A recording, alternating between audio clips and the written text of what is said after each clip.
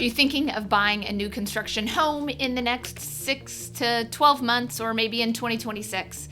Now, before you fall in love with that model kitchen, let's talk about what builders aren't telling you about timelines, pricing, and delays. Hi, I'm Tiffany Fykes with the Fykes Realty Group, and today I want to give you kind of the inside scoop of new construction. We've had the privilege of helping quite a few people this year buy new construction, and I actually think it's one of the bigger opportunities that people have right now in the market, but you still need to understand how supply issues are, creating things. There's still rising material costs.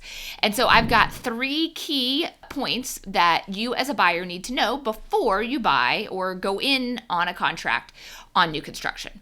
So, number 1, timelines are fluid. That's always been the case. And this is where right now the opportunity for a lot of buyers is to buy houses that are new construction, but already finished. Now, you may give up a little bit of selections, but the reality is you know the timeline, you know it's done, and that builder is done building and needs money to move on to the next house. So that's one of your bigger opportunities. But when you're buying a lot and a builder is going to build, just know labor shortages still exist. There's still tariffs.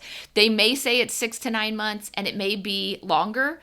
It also may be shorter. That happened to a buyer of ours. They said that they would be closing January of 2026. This is November of 2025 and they're already in the house. And they had to close on it when the house was done. So, as a realtor, we help keep track of that so that there's less surprises, but it is something that we always tell our buyers to be aware of. So number 2, I've already kind of touched on. Let's buy a move-in ready, done house because you don't have to buy dirt and then build a house. Builders have a lot of inventory. There's even some builders in town with crazy incentives that are just looking to move their properties. So number 2, that's really my recommendation for how to buy a new construction home end of 25 or into 2026. Number 3, the thing a lot of people do not think about is you need to understand not just the timeline of your house, but the timeline of the community. Because you're not just buying a house, you're buying into the vision of the whole community, and you need to really understand how is that going to work? How long am I going to be living in a construction zone? How long before I have neighbors? We've got people who are moving in and they're the first house on the block. And so you need to make sure that you really, really understand what that's going to look like, how many phases, and what amenities are actually ready and going to be ready very soon, because it's going to affect your daily life a lot and your long-term value. Because if you are going to try to sell before they're done building, you're competing with brand new houses.